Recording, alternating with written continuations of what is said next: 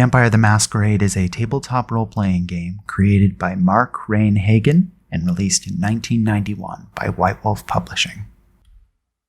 Vampire the Masquerade presents us with an alternative history, one filled with creatures of the night replacing some of our favorite historical figures. One of these being the story of the first vampire, Cain, of the biblical Cain and Abel. This is a fictional piece of history meant to enhance the setting of the game. I wanted to share it as I believe that less and less people are going to be playing the older editions of these games, and will have less and less reasons to crack them open and read some of the amazing settings inside. So, without further ado, The Book of Nod by Sam Chupp and Andrew Greenberg.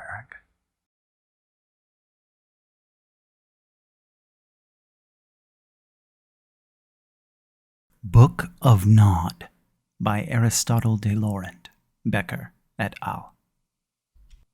I cannot tell you the naked fear I feel, putting down these words once and for all. Perhaps I will regret them. Perhaps they will never see print. Yet it is my nature to report this.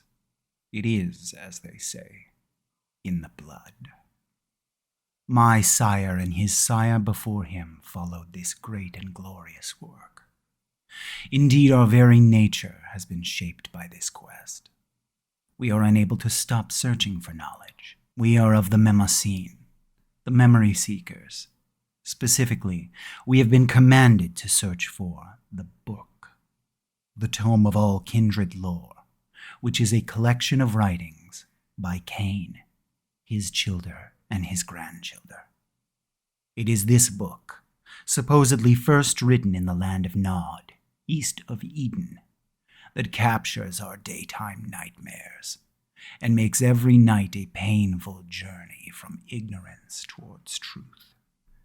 Still, I savor every moment of my own life.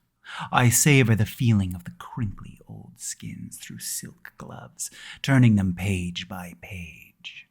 My hands shake with pleasure while holding soft, cool lights and reading ink that was newly dried when Charlemagne was young.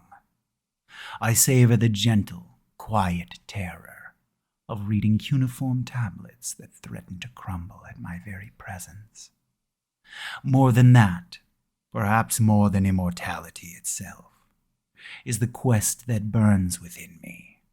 It is the search. I have traveled all over this world, perhaps even more than any other of my bloodline. Where my eternal quest takes me, I shall know no fear. Though small of frame and frail of body, my heart is strong, and my blood stronger. I am not afraid to go to those shadowy places where the far-flung fragments of our fathers' teachings lie resting. I have gotten lost in the raw brutality of New York, sipped tea with the governor of Kingston, made lifelong enemies in Johannesburg, hired the best diggers in all of Cairo, fought to get through to Casablanca, learned about ancient steel and ancient monuments in Toledo, dug in the white cliffs of Dover, barely avoided a deathly brawl in Dublin, sneaked past watchful eyes in Brest, and liberated ancient tomes from a monastery in Cologne. I have saved 14 scrolls from the torch in Berlin, sipped the best coffee and talked to the greatest Austrian scholars in Vienna, learned ancient Sumerian from a Methuselah in the hidden tunnels under the University of Prague, and braved the coldest winters Oslo had to offer. And yet, I did not do this by my wits alone. Barely a night goes by that I do not thank our founder for his foresight in providing me with the secret ways of hiding, the way to see beyond sight, and the voice of command that seems to come so easily to our line. And I have long blessed my warrior friend Karsh, who taught me the secret of seeing in the dark and sleeping in the earth. And yet, I wonder what else our founder provided us with. My sire and his sire seem to have fallen under a terrible curse. Dark and quiet at first, but soon growing to a terrible loss of coherent thought and communication, has seemed to strike them. Can I be far behind? My Tremere friend has written me, saying that the burning need driving my bloodline might be the cause of the madness. It must be true, for I cannot fight the burning desire for more knowledge. It is as difficult to resist as the need for sleep or the need for blood. It is perhaps this madness, that which I fear the most, has compelled me to go to press with this translation in haste. Know that I do not intend to break Raphael's fragile masquerade by putting these words in print. It is my intent that a scant 10 score of these books be printed, and that none of the copies of this book be given to the hands of the sons and daughters of Seth, as our Father commands us in the Chronicle of Shadows. I must publish this now, however. It is the most complete collection of the Chronicles of the Book of Nod that has ever been gathered. No other translation, not even Critia's Codex of Cain, has been as complete. And yet it shames me to say that this is not the complete text. Far from it. I have seen whole fragments go up in smoke as flames consumed ancient buildings. I have touched a complete book in the tome of an antediluvian and watched it crumble to dust. I know that in the fabled lost city of gold, hidden deep in the Amazon jungle, there are 13 stone fragments said to contain specific words to each of the 13 tribes of kindred. But I only glimpsed them once before I was forced to flee. And so I can only boast to having part of the puzzle, the largest part to have ever been assembled. True, but still, only a part of the whole. I have chosen English, as it is my native tongue. It is, in my opinion, the one language which most aptly dances between the ancient concepts of Sumer and the noble language of ancient Rome, and the stentorian incantations of medieval Germany. I must beg forgiveness for its glib, simplified action in some cases. However, I will forever defend my choice. The King's English will serve well, especially since so many of the original texts are forever lost to me. It is perhaps particularly perverse that I follow the threads of memory to each fragment of this book. And yet I know that there are those out there who would harry me at every step. I know that Amalek himself had a hand in thwarting me once, and other Methuselah as well. It is difficult to find, for example, the list of the names of the antediluvians and the Methuselahs, for they know that in names there are power, and they, out of fear that some mage would learn to control them with it, have blotted their names out of the histories wherever they have been recovered. I have luckily managed to discover a few of them, but I suspect these to be falsified names that were created by the antediluvians to throw me off the trail. So I offer them here. This may be the only way in which we may identify certain antediluvians. Furthermore, I have fallen into the habit, regrettably, of referring to the founder of a clan with a normative of the clan's name. For example, Malkov equals Malkavian. This is admittedly sloppy scholarship, but I have been left with no other choice. Once I learned the true name of Bruja's antediluvian, and discovered my own name carved in my forearm the next evening, I promptly swore to never again seek the names of those founders. I am quite sure that, even as I write these words, there are agents of the jihad who are following me. I will not join the common room downstairs tonight, for last night I indulged in some wine-sodden blood and saw a woman with silvery gray eyes looking at me. She was wearing Ventru's scepter sigil on her cloak. I know it was her watching for me, searching for me, sent by Ventru to harry me. No matter. I will write the truth, and the rest of you be damned. I've attempted to compile these textual fragments into some kind of coherent story, at least within the contexts of the various chronicles, What you see in ellipses, know that there are more words on that particular scrap, but it has somehow been lost, erased, or hidden from me. I wait now only for a package from London to finish this missive, and have done with this book. This package will carry one of the only copies of the Codex of Cain left in existence, and it will be the last piece in my complex puzzle. I look forward to touching it, holding it, with great expectation. And if any of my brothers or sisters comes near it, I will send them to the death of fire. Let Michael's holy sword brand them, for all I care. No one has come this close. I will reign triumphant amongst my kind. With triumph, Aristotle de Laurent. A brief word on the Chronicle of Cain.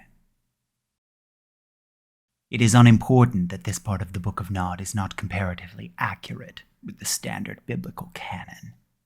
What is important is that we have, perhaps for the first time, a personal viewpoint on the events surrounding the days after the fall. Cain tells us in his own words what his motives were, and although it is quite possible that this story exists only to shape our idea of him, we can assume that there must be some element of truth in his tale. His account is, after all, the only eyewitness report that we have to rely upon.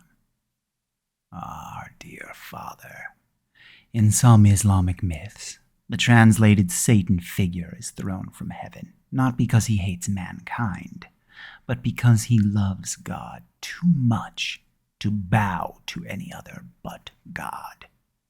And he will not serve man. It is perhaps that Cain shares in this love. He so loves his brother that he cannot think of any other worthy sacrifice to the one above. Surely Cain could not have had any other reason to sacrifice his brother. He could not know death, having been before death was something humanity had experienced. Other figures of that time also play instrumental roles in the book. Surely it is not purely mythological transliteration that causes Lilith to appear in this story, for she is a figure in the oldest of the Hebrew Midrashim. Having been cast out of paradise first, she would recognize Cain for the one he had been in the light of heaven, and subsequently cast out. There are those among my colleagues who believe that this stanza should represent the idea that Lilith, mother of magic and demoness herself, taught the first disciplines to Cain. Others see her role as being a midwife to our father's awakening to his own magical potential. What remains to be discovered is the fabled cycle of Lilith, which is supposedly describes the time Cain spent with Lilith as her servant and lover. Was it merely a dalliance, or could it have been some kind of mystical apprenticeship during which Lilith gradually drew out of Cain the limitations that the divine had placed upon him, and slowly awakened him to his own magical powers? The fact that she shows trepidation at his drinking her own blood from the awakening cup might point to her lack of total understanding as to what exactly this might do to the first son of Adam. We cannot afford to speculate whether the cup causes a hallucination in Cain, or whether Cain is actually physically transported to a wilderness somewhere in the darkness. This is not understood, neither is it explained by the translation of the original text. The original phraseology essentially means breathed in or moved, but both meanings of the word point to either explanation, and we cannot gain much in the debate. It matters whether or not Cain was physically transported.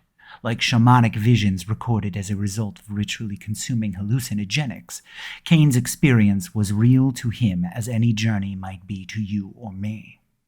My child, Beckett continues, to restate his opinion that the Chronicle of Cain is a vampiric parable. I totally disagree, but Beckett is a beloved child. I will include his studies and findings here below. A Parable of Genesis, recognizing allegory in the Chronicle of Cain. Because of the literary distance between the current translations of the text, Dr. Laurent's translation included, the Book of Nod, the original intent of the book, has been lost. It is my theory, based on my own researches, that the stories of Cain and Abel, Cain's curse, and his subsequent meeting with Lilith are parables created to tell the story of the first kindred in such a way that even the simplest of us can understand them. Through my own scholarship and drawing upon the work of fundamental Cain scholars in the world, including some captured writings by a Black Hand worshipper of Cain, I have created a story which I believe harkens back to the original parable of Cain. In the time after humanity went from a hunter-gatherer society to cultivating farm animals and developing agriculture, there were two tribes, named for their chiefs. They were called the people of Cain and the people of Abel. The people of Abel were herders and animal husbanders, and were more primitive than the people of Cain. They worshipped a great sun god, who was a warrior who lived in the sky. The people of Cain were agricultural, and were more civilized than the people of Abel. Because it was so important to time the harvest, the people of Cain worshipped the moon goddess, the dark mother who is both the fertility of the earth and the mystery of the moon. Yet, not all of the people were happy. Chief Abel attacked Cain's people, telling them that they were inferior and cursed because they did not hunt like their sun god hunted. Cain's people did not know much about fighting, but Cain taught them how to use the sharp things that they used to till the soil, to kill. When Abel's people came back to torment them again, Cain's people fought back. All of the men, women, and children of Abel were killed. The sun god of the people of Abel then called them cursed as a people, and laid a blood curse on all of them, that they would wander without a home in the wilderness. He burned their villages and salted their fields, and told all to turn away from the people of Cain. The people of Cain were unable to recover. They wandered in the curse for many weeks, until they had no food to eat and had many troubles. Then the priestess of the Dark Mother, who lived beyond the moon, came. The priestess offered Cain's people respite and succor and surcease. She taught them magic, taught them how to hunt, and taught them to drink blood. The sun god came to the chief of Cain in dreams, and told him that his people to return and subjugate themselves to the will of the people of Seth. Chief Cain refused. Then the sun god told him that all the people of his tribe would be cursed forever, and it was so. But the Dark Mother said that there would always be a way to overcome this curse, if the people of Cain would come to her through her mystery. Then she would free them from the curse of the sun god. In this parable, Cain's people and Cain represent our need for civilization, the humanitas that we constantly seek. Abel's people and Abel represent our animal natures and our wild selves, the beast that lies within us. The Dark Mother represents the mystery that guides over our very existence, the magic of our blood, the power of our disciplines. We must seek the mystery of the Dark Mother while dealing with the legacy left behind by the sun god, the curse. Ergo, a beast I am, lest a beast I become. Golconda is held out as a final goal, perhaps balancing all these things and showing the transcendence of the beast within.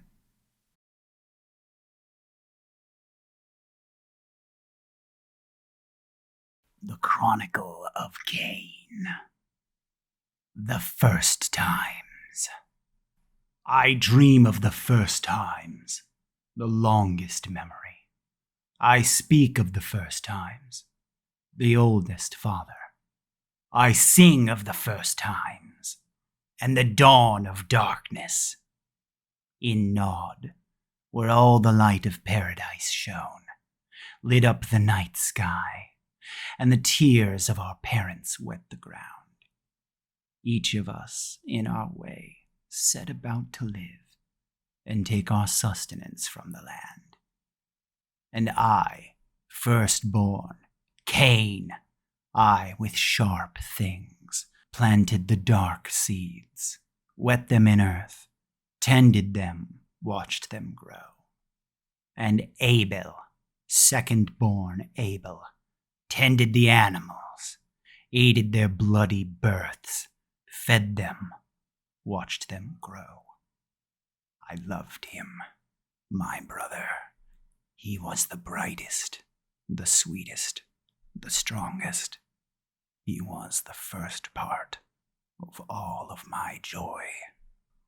Then one day, our Father said to us, Cain, Abel, to him above you must make a sacrifice, a gift of the first part of all that you have. And I, firstborn Cain, I gathered the tender shoots, the brightest fruits, the sweetest grass. And Abel, second-born Abel, slaughtered the youngest, the strongest, the sweetest of his animals. On the altar of our Father, we laid our sacrifices, and lit fire under them, and watched the smoke carry them up to the one above. The sacrifice of Abel, second-born, smelled sweet to the one above. And Abel was blessed. And I, firstborn Cain, I was struck from beyond by a harsh word and a curse, for my sacrifice was unworthy. I looked at Abel's sacrifice, still smoking, the flesh, the blood. I cried. I held my eyes. I prayed in night and day.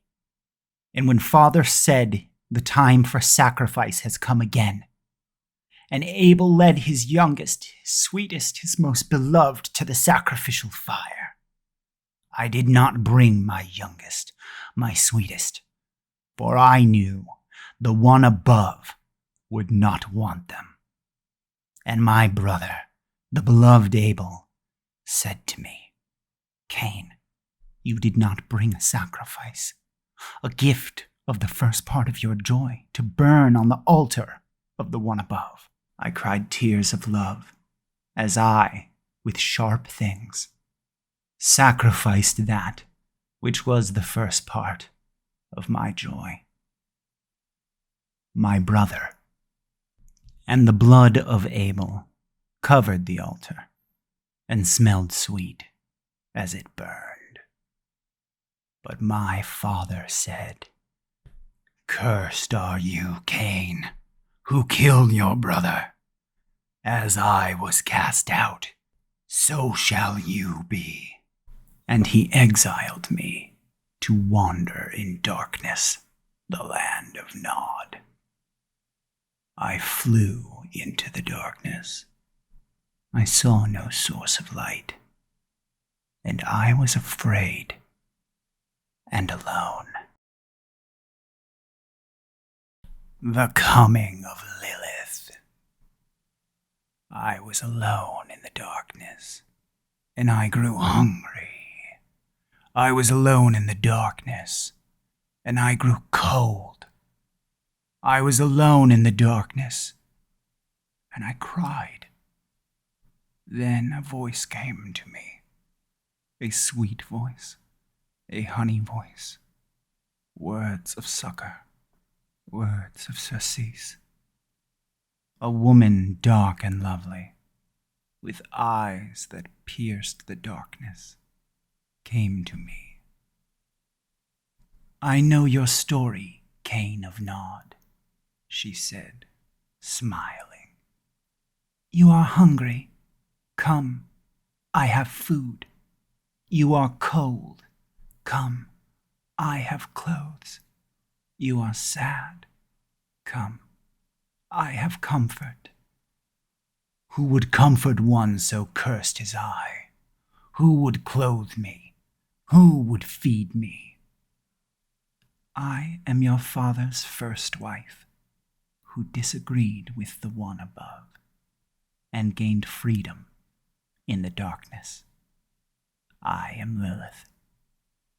Once I was cold, and there was no warmth for me. Once I was hungry, and there was no food for me. Once I was sad, and there was no comfort for me. She took me in, she fed me, she clothed me. In her arms I found comfort. I cried until blood trickled from my eyes, and she kissed them away. Lilith's Magic. And I dwelt for a time in the house of Lilith, and asked her, out of darkness, how did you build this place? How did you make clothes? How did you grow food? And Lilith smiled and said, unlike you, I am awake. I see the threads that spin all around you. I make that which I need out of power. Awaken me then, Lilith, I said. I have need for this power. Then I can make my own clothes, make my own food, make my own house. Worry creased Lilith's brow. I do not know what the awakening will do for you. If you are truly cursed by your father, you could die. You could be forever changed.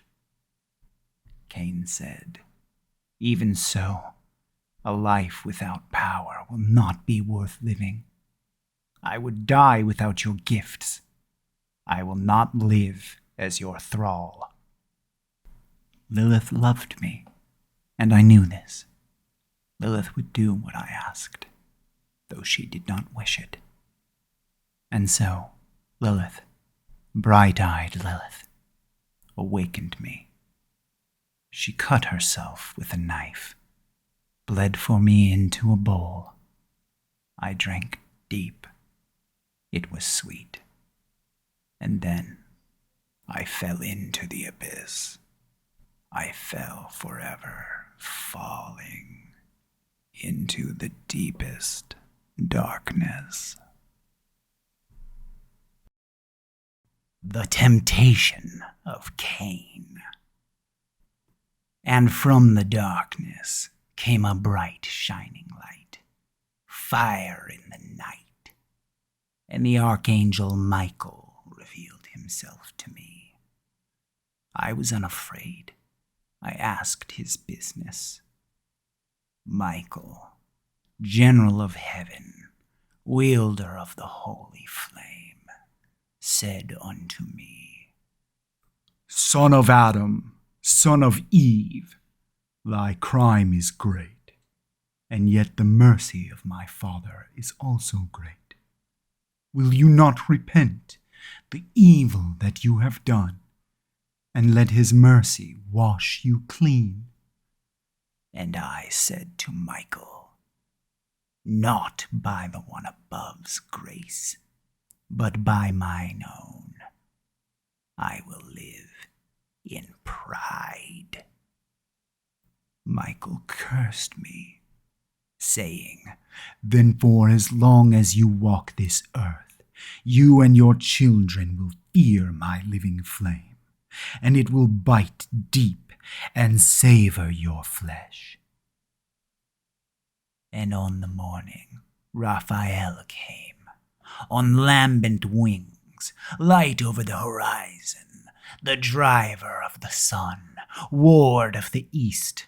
Raphael spoke, saying, Cain, son of Adam, son of Eve, your brother Abel forgives your sin. Will you not repent? Accept the angelic mercy of the Almighty. And I said to Raphael, Not by Abel's forgiveness, but by mine own will I be forgiven. Raphael cursed me, saying, "And so long as you walk this earth, you and your children will fear the dawn, and the sun's rays will seek to burn you like fire. Wherever you hide always, hide now, for the sun rises to take its wrath on you." But I found a secret place in the earth and hid from the burning light of the sun.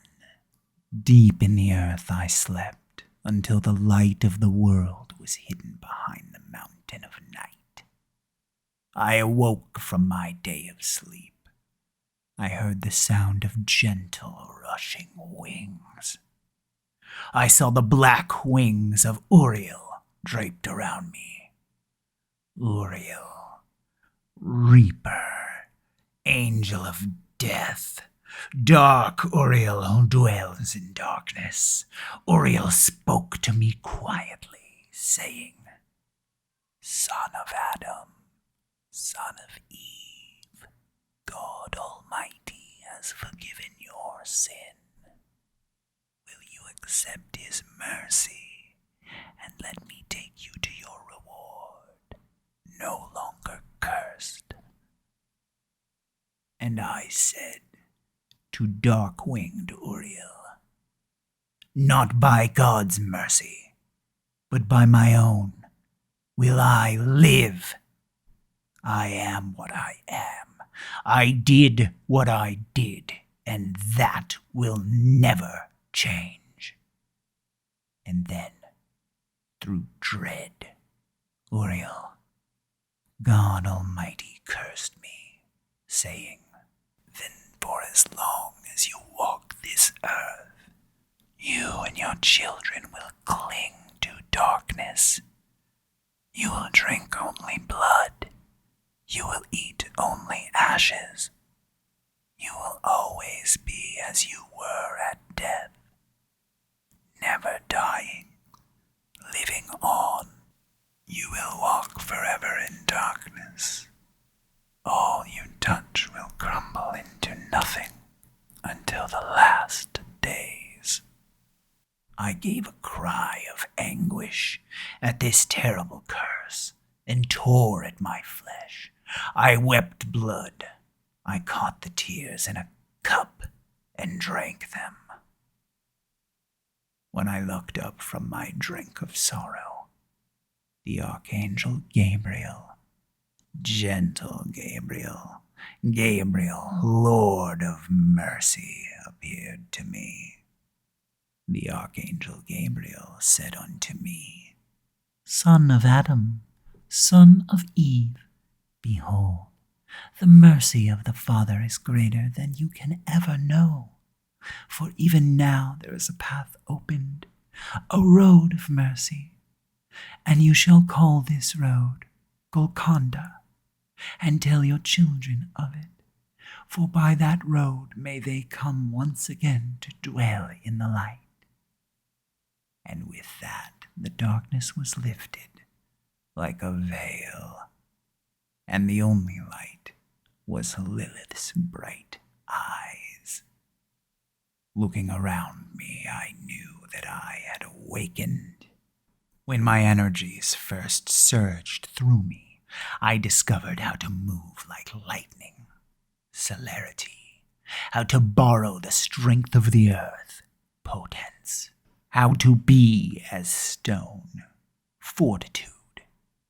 These were like breathing once was to me. Lilith then showed me how she hides herself from hunters, obfuscate, how she commands obedience, dominate, and how she demands respect, presence. Then, awakening myself further, I found the way to alter forms, protean, the way to have dominion over animals, animalism, the way to make my eyes see past my sight, auspex. Then Lilith commanded that I stop, saying that I had overreached my bounds, that I had gone too far, that I threatened my very essence. She used her powers and commanded me to stop. Because of her power, I heeded her. But deep within me, a seed was planted, a seed of rebellion. And when she turned her face from me, I opened myself up once more to the night and saw the infinite possibilities in the stars, and knew that a path of power, a path of blood, was mine for the taking. And so I awakened in me this final path, from which all other paths would grow. With this newest power, I broke the bonds that the Lady of Night put on me. I left the damned queen that evening, cloaking myself in shadows.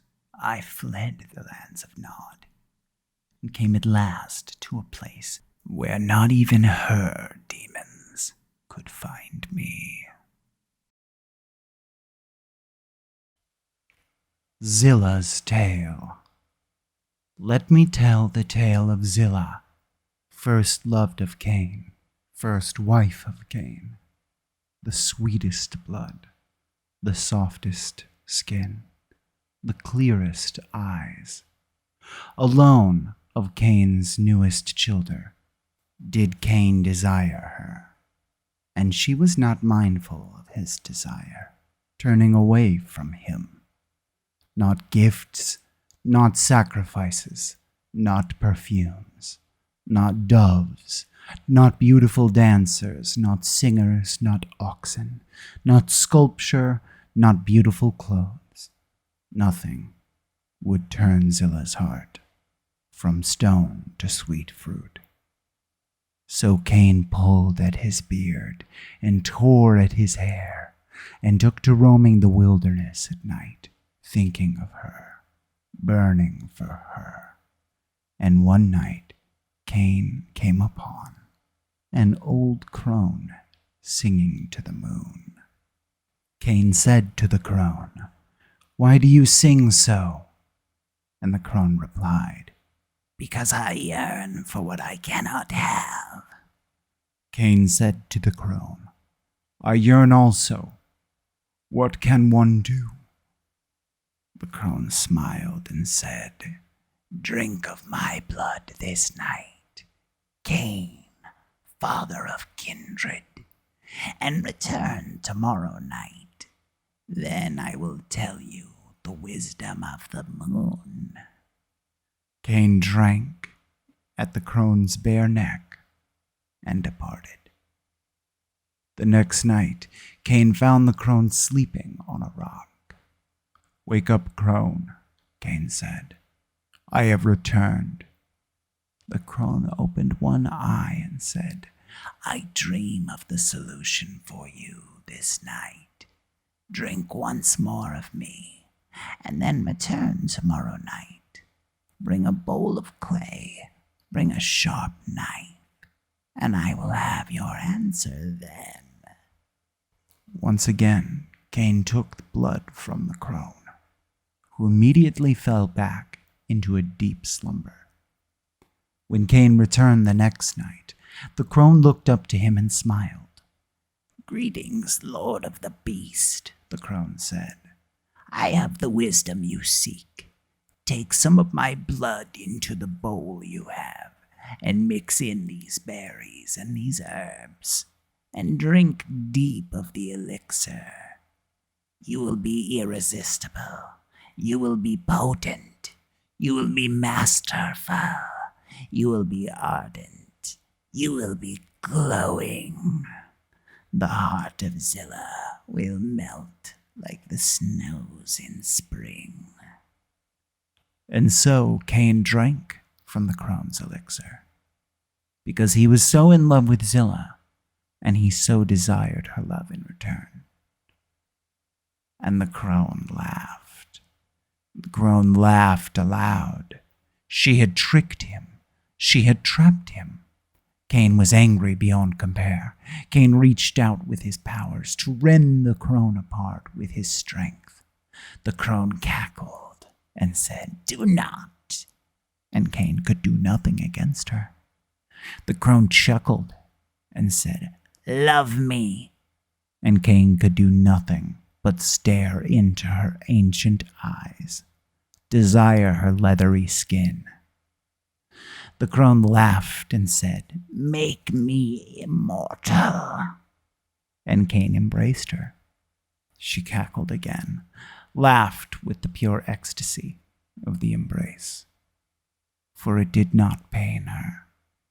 "I have made you powerful, Cain of Enoch, Cain of Nod, but you will forever be bound to me. I have made you master of all, but you will never forget me.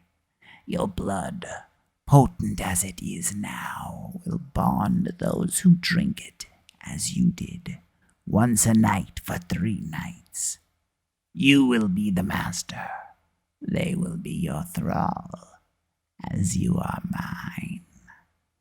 For though Zilla will love you as you wanted, you will love me forever. Go now and claim your lovely bride. I will wait for you in the darkest places while I brew more potions for your health."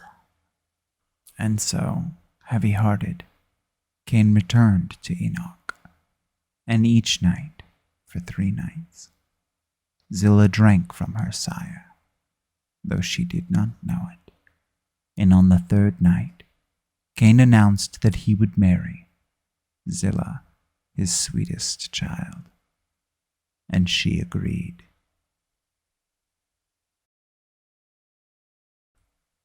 The Tale of the Crone. For a year and a day, Cain labored in service to a crone, who, with blood wisdom, bound him as surely as any prisoner.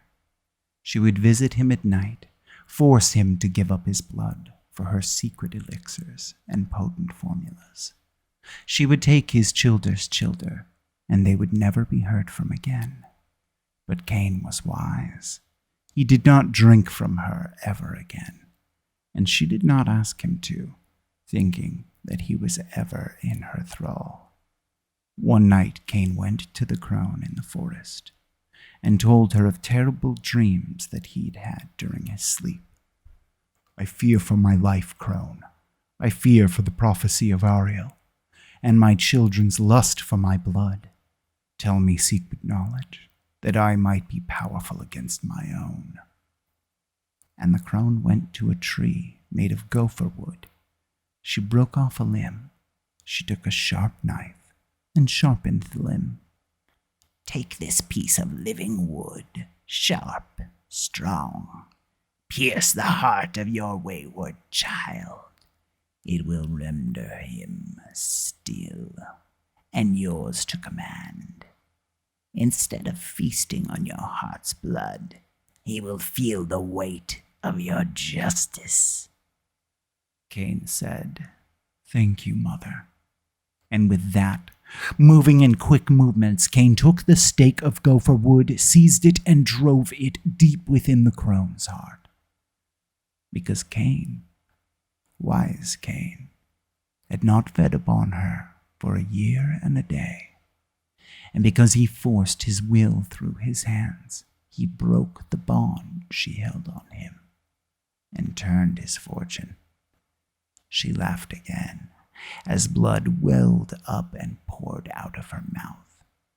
Her eyes poured out hate.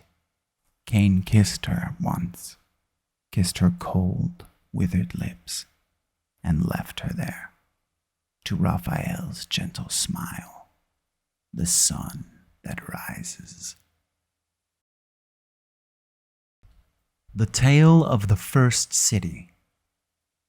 In the beginning, there was only Cain, Cain who sacrificed his brother out of love, Cain who was cast out, Cain who was cursed forever with immortality, Cain who was cursed with the lust for blood.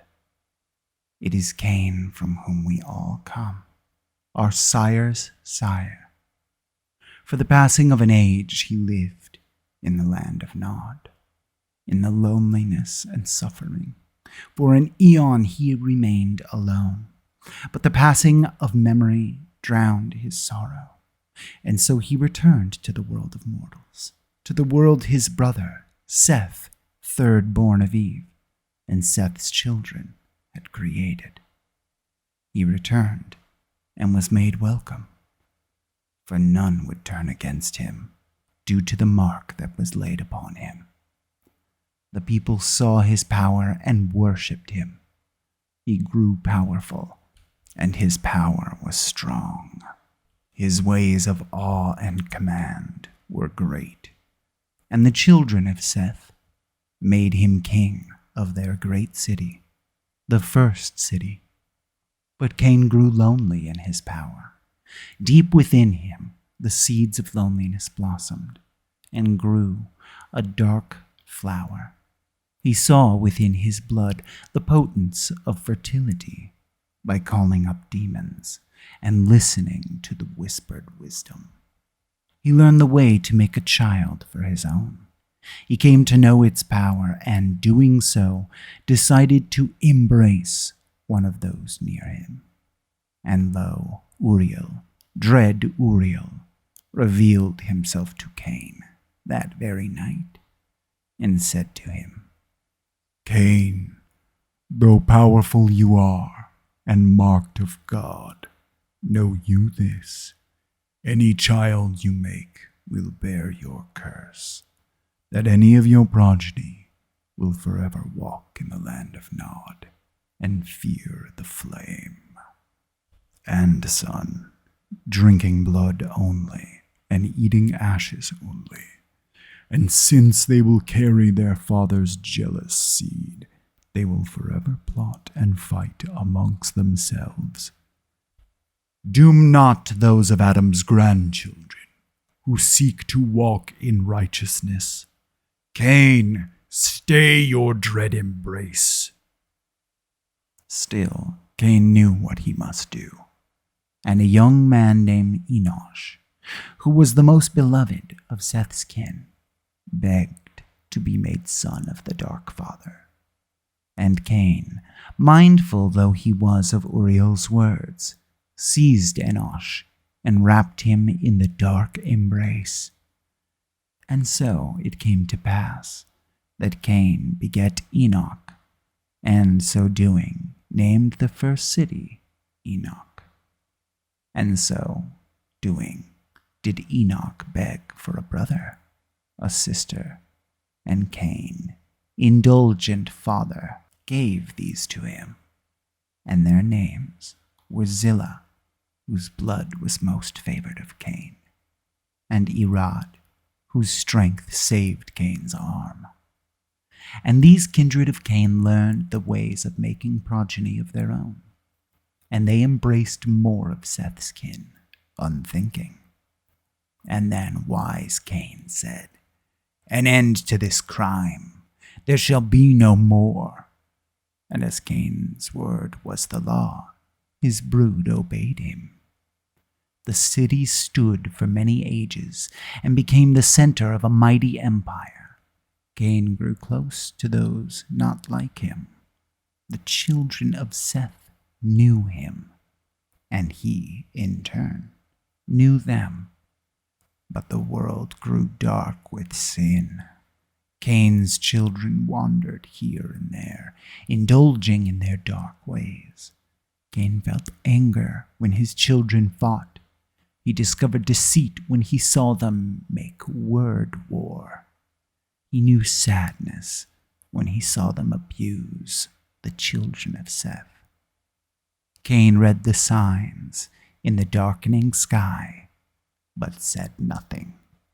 Then came the great deluge, a great flood that washed over the world. The city was destroyed, the children of Seth with it. Again Cain fell into great sorrow and went into solitude. And he left us, his progeny, to our own ends. We found him after much searching, deep in the earth, and he bade us go, saying that the flood was a punishment for his having returned to the world of life and subverting the true law. He asked us to go so that he might sleep. So we returned alone to find the children of Noah and announced that we were the new rulers. Each created a brood in order to claim the glory of Cain. Yet we did not have his wisdom or restraint.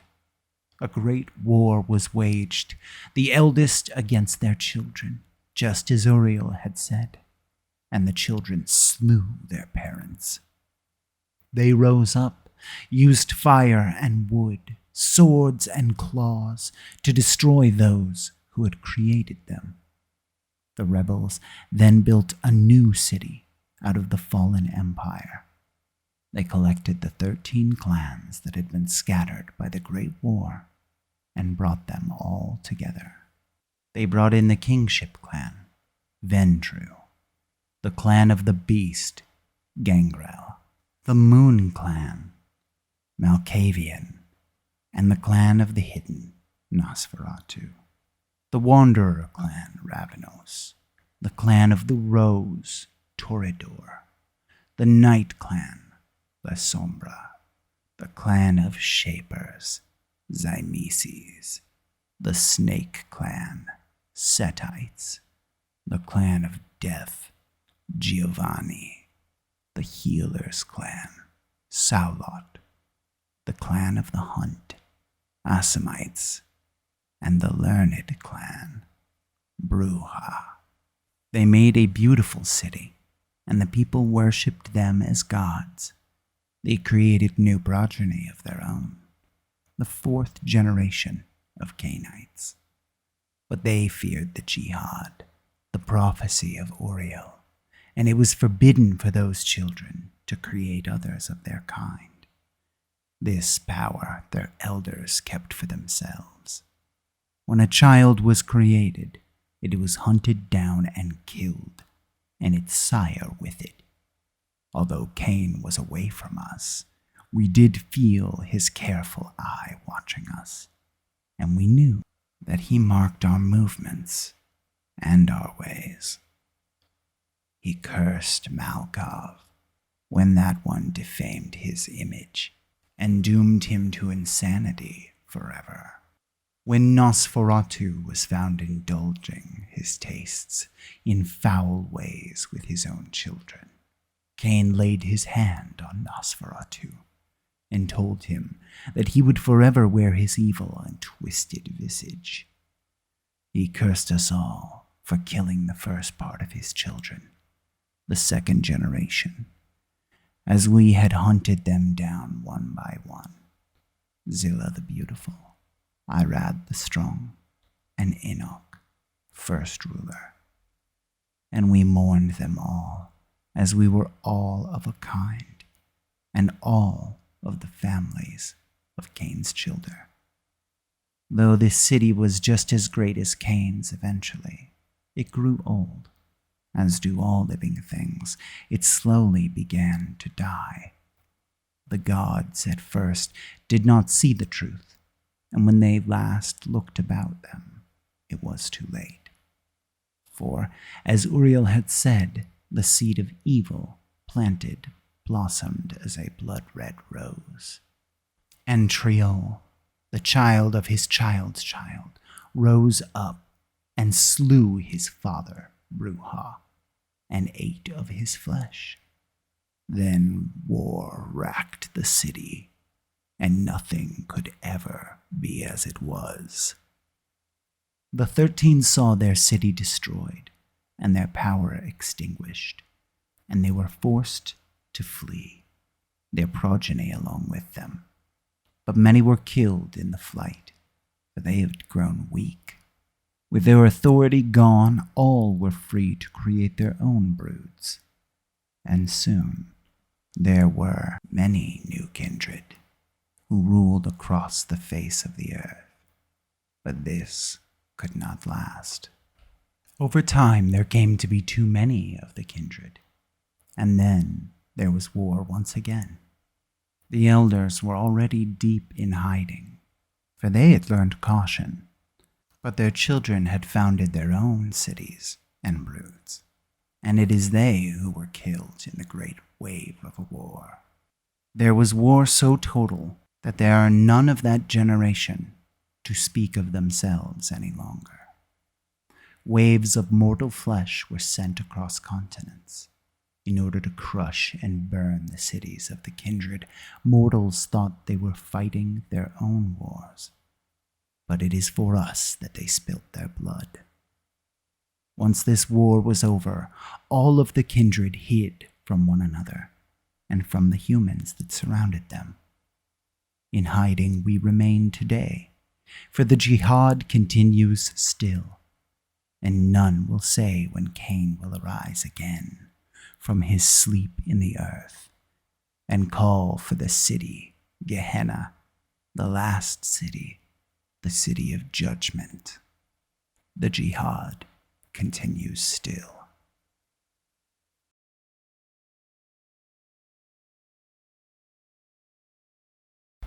Notes to the Chronicle of Cain. 1.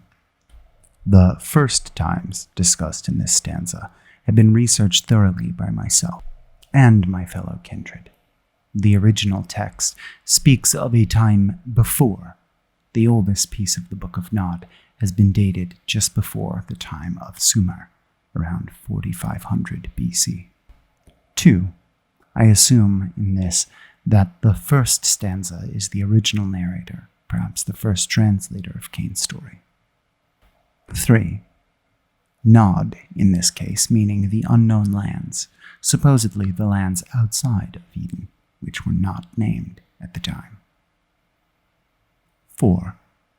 Latin translation reads, with a plowshare. The translation is from the original Sumerian and implies a sharp thing.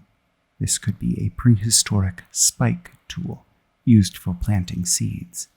It is definitely tooth-like, possibly formed of stone, mammals' canines, or at least it is depicted thus in the Cunin debris fragment and the St. Clair tapestry. 5. That Cain was originally a farmer would fall into line with his existence in the myth as a sun king / dying god figure, much like the character of Dumuzi / Tammuz in the Inanna / Ishtar myth.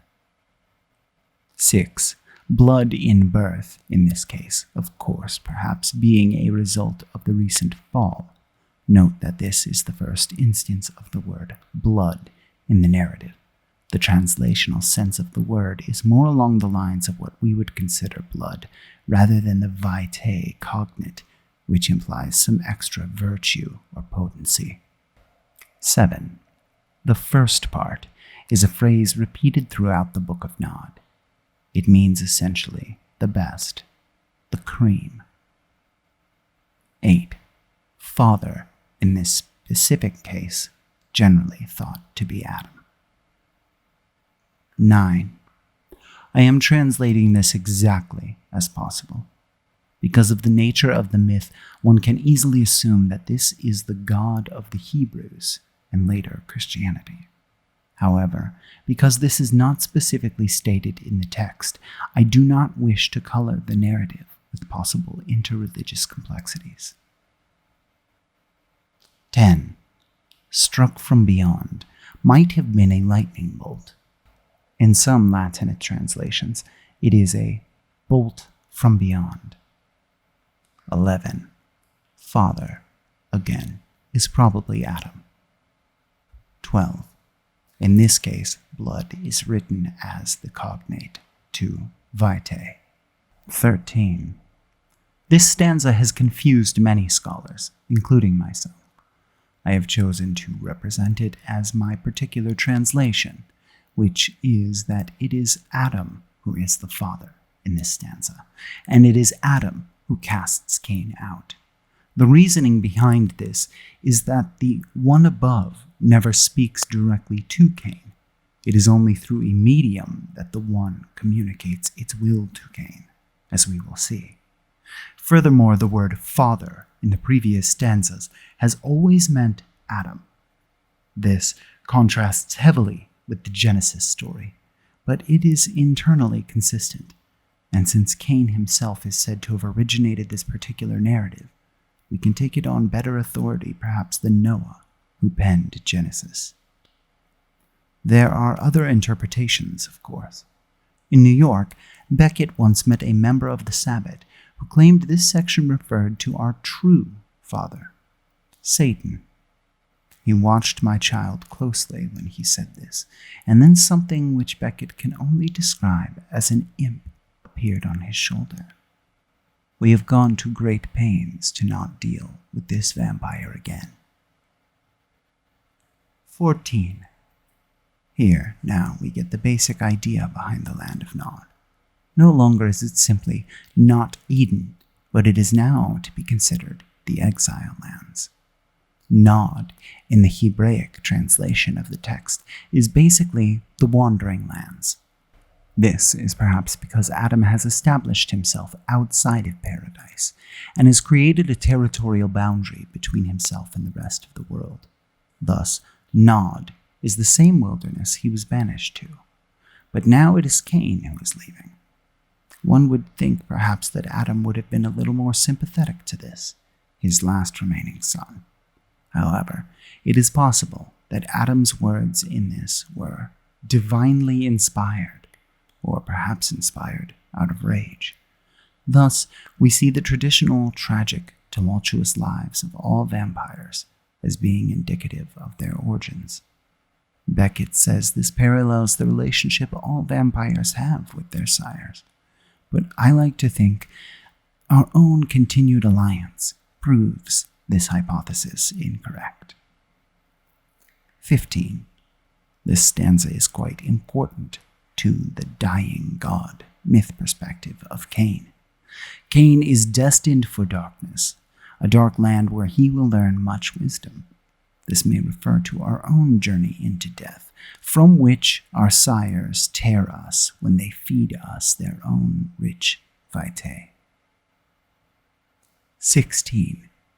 These three things, hunger, cold, and fear, or sadness, still obviously attribute Cain with human feelings and failings.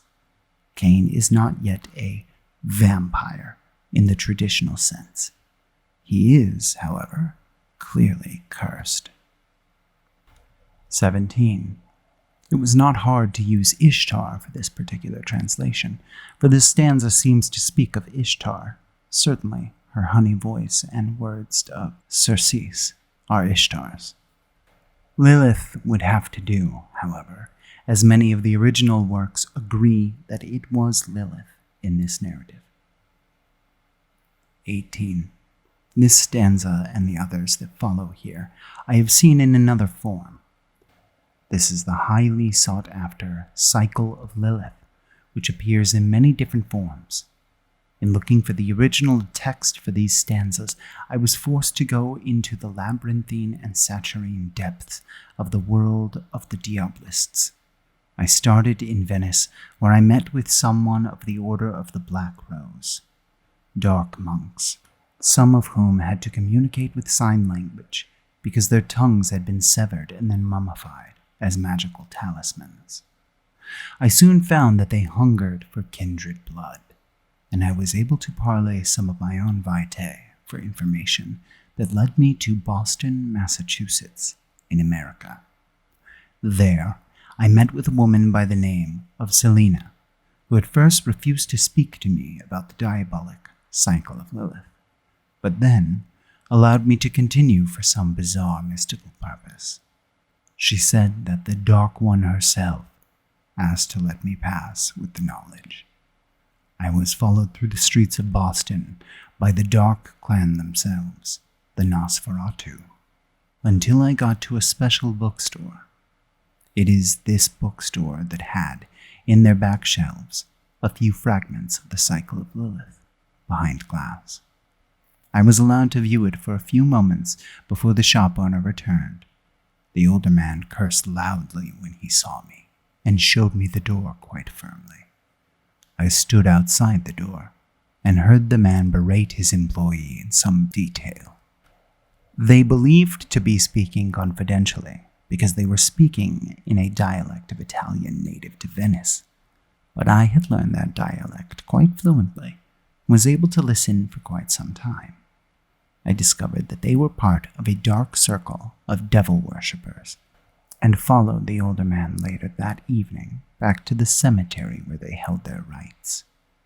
Although I was not able to find the devil worshippers in the cemetery, I did have a very strange encounter in the graveyard nonetheless. A woman appeared from the fog as if by magic. By her aura, I knew her to be kindred, but could not guess how old or of what clan she was. She came to me and showed me a book bound in silver, holding a complete translation of the Cycle of Lilith. She silenced me immediately, commanding me not to ask anything as long as she stood there. I had to obey. I was able to look at the tome and read it while she smiled at me in the light of a candle. Then she took the book, kissed me once on the forehead, and was gone into the night before I could ask her another question. I can't imagine who this mysterious woman was, but I do think that she was in some way connected with the spirit form of Lilith, for her powers of command were great, and she had a presence about her that was ancient. I can only thank her for the opportunity to glance at that fabled volume, and I think that this translation benefits singularly from her intervention. 19. It might be noted that Genesis speaks not at all of Lilith, the first wife of Adam. She is a creature of the Midrashim, the Hebrew parables. She is depicted as a demoness, cursed by God himself, because she would not be subservient to Adam. Lilith has apparently, at least in this narrative, spent some time in the land of Nod, and has built up her own power in this place. She apparently has comfort where no one else could take it. This doesn't speak well for her being a demoness, and thus confined to hell. But then again, hell wasn't a very populous place around this time in history. 20. Here is a major inconsistency in the narrative, and I have fought for many years to retain it, for I feel that it points at the fundamental flaw of the Book of Nod translations to date. Where did the blood tears of Cain come from, if not from the original curse? Was he then a vampire at that point? When did he exactly begin crying blood? When did he become a vampire? This is a nebulous point still, but I leave the inconsistency because I do not want this point to remain glossed over into history. My child Beckett uses this point to bolster his allegorical fancies. Even now, he travels to Harvard College, there to study some ancient texts discovered in a well in Sudan. He keeps hoping to discover some more of what he calls antediluvian mural works. The poor boy. 21. There has been argument on both sides of the following issue. Was Cain imprisoned in Lilith's house, under her control, or did Cain stay there as an honored guest? This question is never fully answered, but might lend an interesting perspective if it could be proved one way or the other. Perhaps, as some have suggested, the situation involved a little of both. 22. I have translated these words specifically in this fashion out of the advice of one Hephaestus, a friend of mine who was once a part of the mystical tradition known as the Order of Hermes. He maintains that Lilith was no woman, no demoness, but rather an original mage. and that she used her own particular magical qualities to awaken Cain's magical potential as well. This is the story of that awakening. I believe that what he says has merit, and it certainly fits in the translation of the story. If it is true that Cain was a wizard as well as Lilith, then the Tremere may indeed be closest to Cain, a theory to which Beckett violently objects. 23. Hephaestus indicates that this stanza may point to Lilith being perhaps the founder or one of the first supplicants in the magic tradition known as verbena, which uses blood in its rituals. 24. This is often translated as, "And then I fell into hell." I did not feel that the original text was attempting to say this, and I felt that abyss seemed to indicate a less Judeo-Christian sort of place of torture. 25. Once again, not to cross-mythologize too much, but I could do nothing else but translate the angels into angels and Michael into Michael, even though the shining ones mentioned in the original text do not specifically seem to be angels. I was unable to come up with a cognate that would fit. Still, I feel that they do not hamper the overall feel of the narrative, and so they remain. Their traditional Kabbalistic correspondences also remain, as they were originally written. 26. This is perhaps a strong rebuff of one above. Cain seems to still be angry about his exile. 27. This is the legendary curse of fire. It is perhaps among the strongest curses of the day.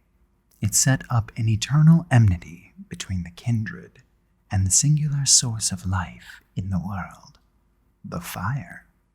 Fire was the mortals' way of keeping out the darkness, the wolves. It provided a center of community and allowed them to create new technologies. This put us out of that light forever and was designed to make us outcast forever. It is perhaps this particular curse which also made hospitality so important among the kindred. 28. Raphael being the archangel of the dawn. 29. An early survival instinct, obviously. Cain instinctively seeks the earth. 30.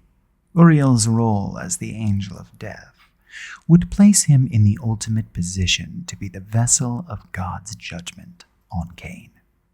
Only through Uriel would God himself choose to punish our father. 31.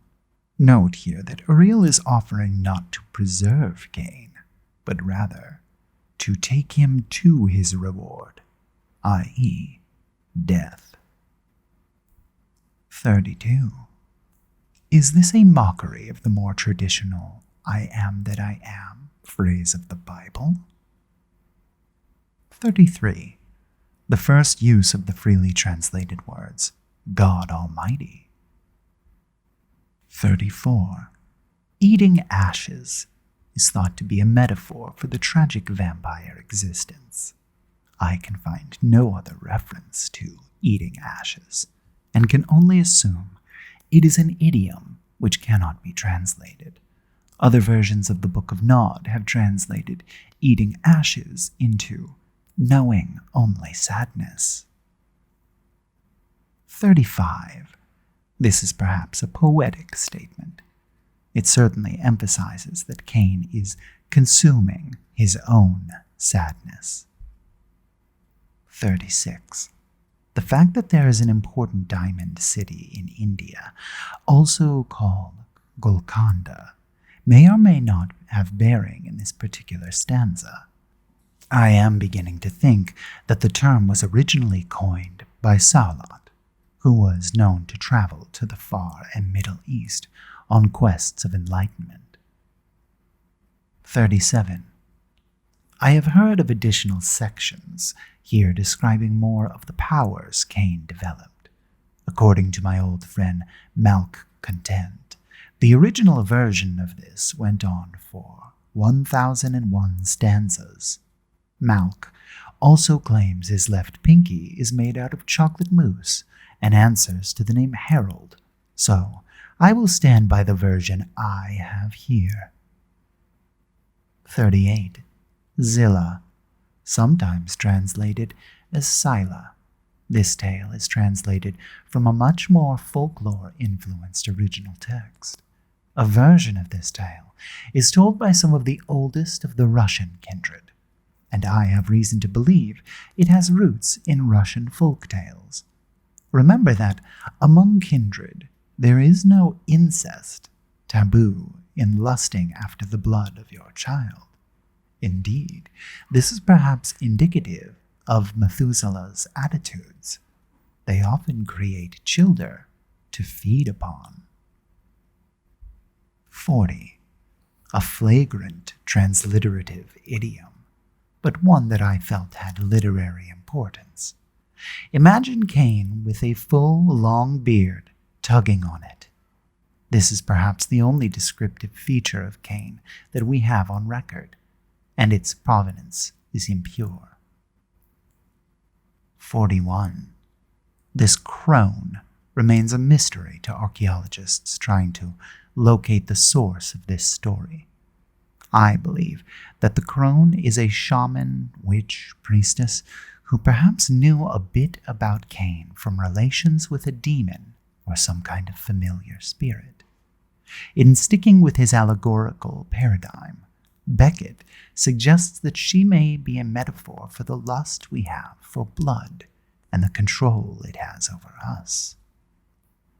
42. Another clue. She is affiliated with the moon. I originally believed this pointed to her origins as a lupine shaman, but I learned from my gangrel friends that they do not twist their spells in such fashion. 43. Others have translated Cain's title as Master of the Blood Fury in this instance. 44. In Enoch, marriage between kindred was common. I have read fragments of the Love Hymn to Zilla, which has led me to believe that it carried with it specific ownership of all house slaves and property, as well as special privileges, as the ability to temporarily invoke one's spouse's power. 45. The traditional lunar year. It is such a mythological cliché, especially among the wise woman traditions of the pagan folk, that I must count it as a purely symbolic period of time. 46. A traditional material, strong, sturdy. The Ark of Noah was built of it. 47. This is perhaps the best-known part of the Book of Nod, because of the frequent copying by the Tremere and Ventru clans of this fragment. There are many colloquial versions of it. My first task was to totally disregard these popular versions, and to go on to tackle the truth of the matter. Thus, you see my translations of the non-traditional verses in brackets.